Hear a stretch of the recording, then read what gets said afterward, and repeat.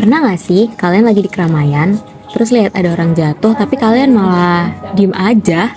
Terus waktu kalian lihat sekeliling, orang lain juga cuma nontonin doang. Kalian jahat? Mereka jahat? Belum tentu. Sejatinya, manusia adalah makhluk sosial yang selalu butuh orang lain di kehidupan sehari-harinya. Sebagai manusia juga, kita gak jauh-jauh dari yang namanya tolong-menolong. Gimana sih kita bisa sampai ke tahap menolong seseorang? Untuk menolong seseorang, itu ada tahapannya loh. Pertama, kita as human harus mendapatkan dan memusatkan perhatian kita terhadap situasi di mana kita bisa menolong orang yang membutuhkan pertolongan. Kedua, kita juga harus bisa menginterpretasikan situasi apakah seseorang benar-benar orang yang membutuhkan pertolongan atau hanya keadaan sehari-harinya. Kayak misalnya, dia beneran butuh pertolongan atau dia emang cuman gelandangan di jalan yang which is emang udah sehari-harinya di situ. Tahap terakhir atau yang ketiga adalah di mana kita mengambil keputusan dari hasil pengamatan dan interpretasi situasi. Dan kemudian kita memutuskan apakah bakal nolongin orang tersebut atau enggak.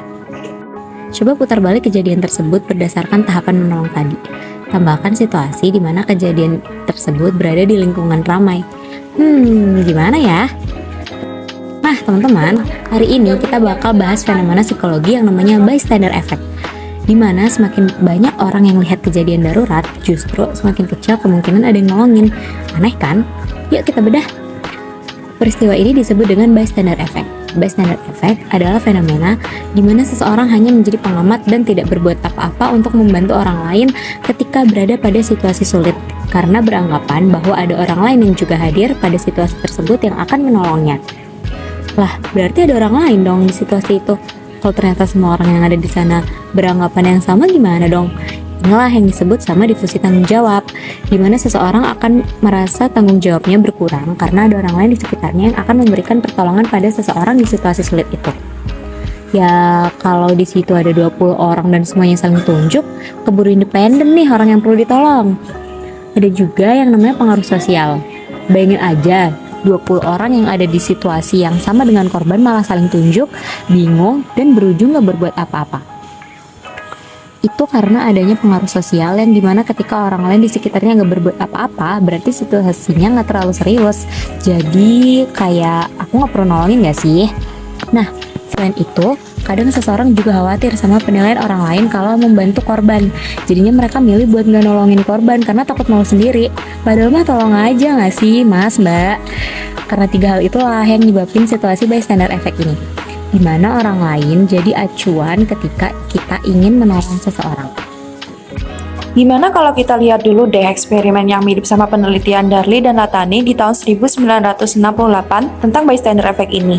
Kalau sebelumnya mereka meneliti respon mahasiswa saat ada seseorang yang pura-pura mengalami serangan epilepsi di tengah diskusi, kali ini eksperimennya dilakukan dengan situasi yang berbeda. Dalam video ini, ada seseorang yang tergeletak di lorong kampus di tengah situasi yang ramai. Lalu kita bakal lihat gimana reaksi orang-orang di sekitarnya. Apakah mereka langsung menolong, atau justru cuma melihat dan berharap orang lain yang bantu? Daripada penasaran, yuk langsung kita lihat videonya.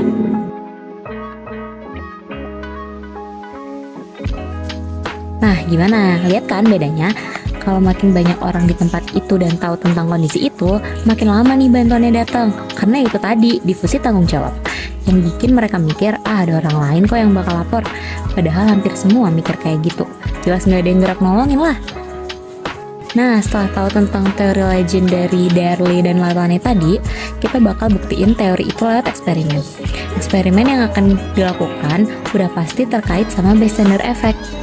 Eksperimen ini dilakukan di lingkungan kampus dan nargetin sekelompok mahasiswa.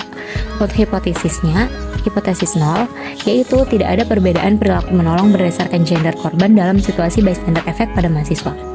Hipotesis satunya, yaitu terdapat perbedaan perilaku menolong berdasarkan gender korban dalam situasi bystander effect pada mahasiswa. So, let's check this out. Untuk eksperimen pertama, kami menggunakan korban perempuan yang berpura-pura jatuh di salah satu lokasi kampus untuk melihat bagaimana respon orang-orang di sekitarnya terhadap situasi tersebut.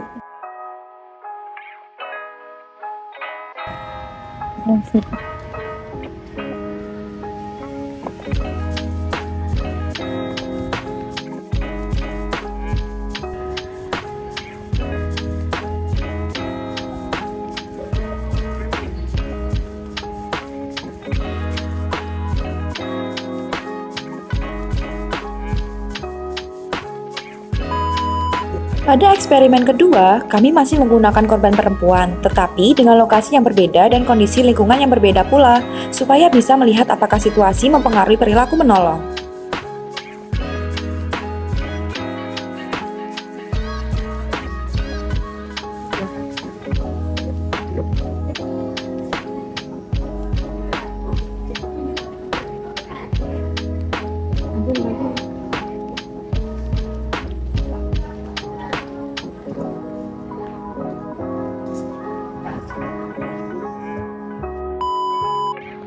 Selanjutnya, pada eksperimen ketiga, korban diganti menjadi laki-laki dan dilakukan di lokasi yang berbeda dari eksperimen sebelumnya. Hal ini dilakukan untuk melihat bagaimana respon bystander terhadap korban dengan gender yang berbeda.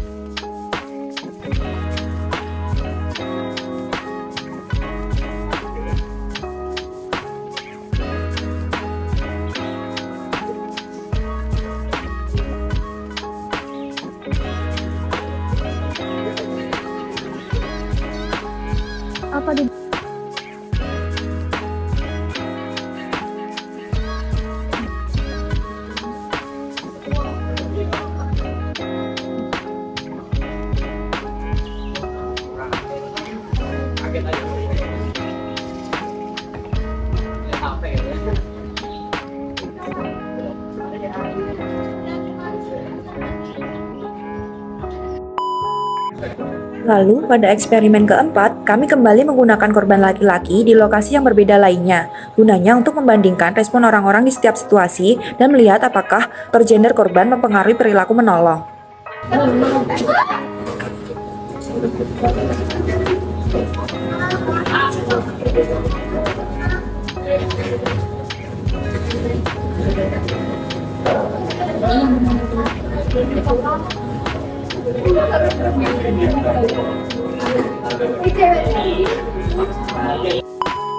Dari video-video eksperimen tadi, kita bisa lihat kalau ketika cowok atau cewek ada di situasi yang butuh pertolongan, respon dari sekitar bisa beda-beda. Ada yang nolongin, ada yang ngeliatin doang, bahkan ada yang sampai ngelawatin korban.